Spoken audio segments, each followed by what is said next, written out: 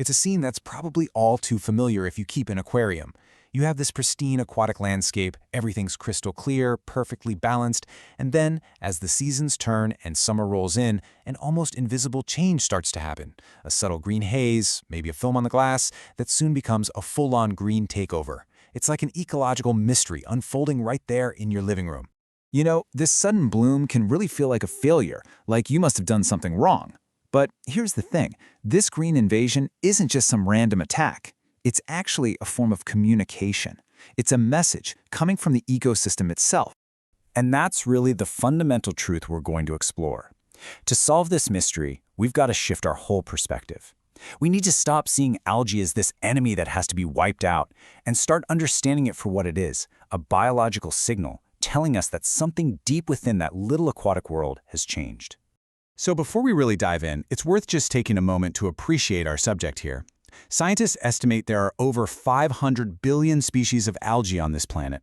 It is one of Earth's oldest and most successful life forms, and its survival strategy? It's brutally simple. Find the right conditions and multiply like crazy. Okay, so to figure out what's going on, we need to investigate the scene like ecologists, looking for the environmental triggers that change with the seasons. And in the case of this summer surge, there are 3 prime suspects responsible for creating the perfect conditions for an algae bloom. These 3 forces, temperature, light, and nutrients, well, the thing is, they almost never act alone. In the summer, they all converge to create a perfect storm that tips the delicate balance of your aquarium's ecosystem squarely in favor of one of nature's greatest opportunists. So let's examine the evidence, one suspect at a time.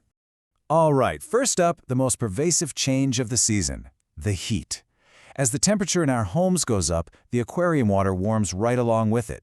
And this seemingly small shift in degrees sets off a cascade of really profound biological consequences. The science behind this acceleration is a principle known as the Q10 metabolic effect. What this basically means is that for every significant jump in temperature, the whole pace of life inside the tank, from your fish's metabolism to bacterial activity, and most importantly, algae reproduction, can literally double in speed. And this is where you can really see the competitive advantage shift. Most of our aquarium plants have a sweet spot, an optimal temperature for growth. Once the water gets warmer than that, they start to get stressed, and their metabolism actually slows down.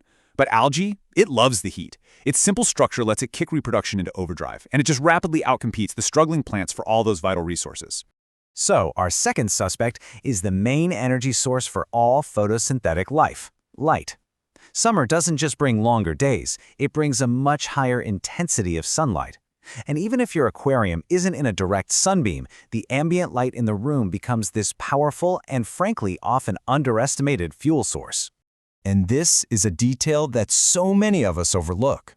You might have your artificial lights on a perfect timer, but that indirect sunlight flooding through a nearby window can add hours of high-intensity energy that your plants, which are already stressed from the heat, simply can't use. And whenever there's surplus energy in the system, you can bet algae is waiting to claim it. And that brings us to our final suspect, which is the fuel for this fire, an imbalance of nutrients. We're talking about those invisible changes in the water chemistry that provide the raw building blocks for life, turning a balanced habitat into an all-you-can-eat buffet for algae. The connection here is really clever, and it all starts with some basic physics. Warmer water simply holds less dissolved oxygen. This is bad news for the colonies of beneficial bacteria that are the heart of your filter. They need that oxygen to convert toxic ammonia from fish waste into safer compounds. When they struggle, ammonia levels can creep up. And for algae, ammonia is basically a super fertilizer. Okay, so now we can start to see the full picture, right? It isn't just one of these suspects acting alone. It's the way they all come together. Warmer water stresses plants and reduces oxygen. This leads to a spike in available nutrients, and the entire system is then supercharged by the intense, long-lasting light of summer. This is that ecological tipping point. And here it is, the big reveal of our investigation. The ultimate reason algae wins the summer battle is its profound simplicity. Think about it. A complex plant has to invest energy in growing roots, stems, and leaves.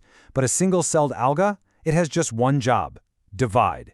So when conditions are perfect, it can exploit them with incredible speed long before more complex organisms can even begin to adapt.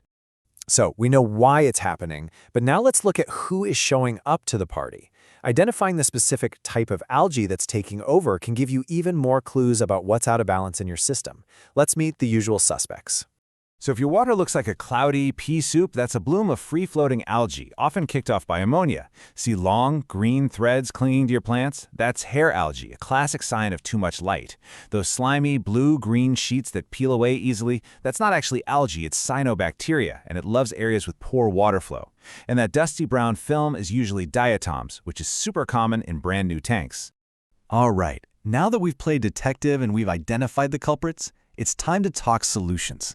The goal here isn't to declare all-out war with a bunch of chemicals, but to gently guide the ecosystem back into a state of equilibrium. And that requires a toolkit of natural, sustainable strategies.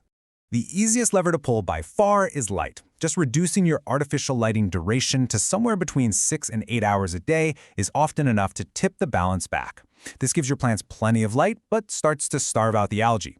In really severe cases, a total blackout for 3 or 4 days can act like a hard reset for the whole system. You know, they say the best defense is a good offense, and that's absolutely true here. Introducing some fast-growing plants creates direct competition for both light and nutrients. These plants are just way more efficient at soaking up the resources that algae need to thrive.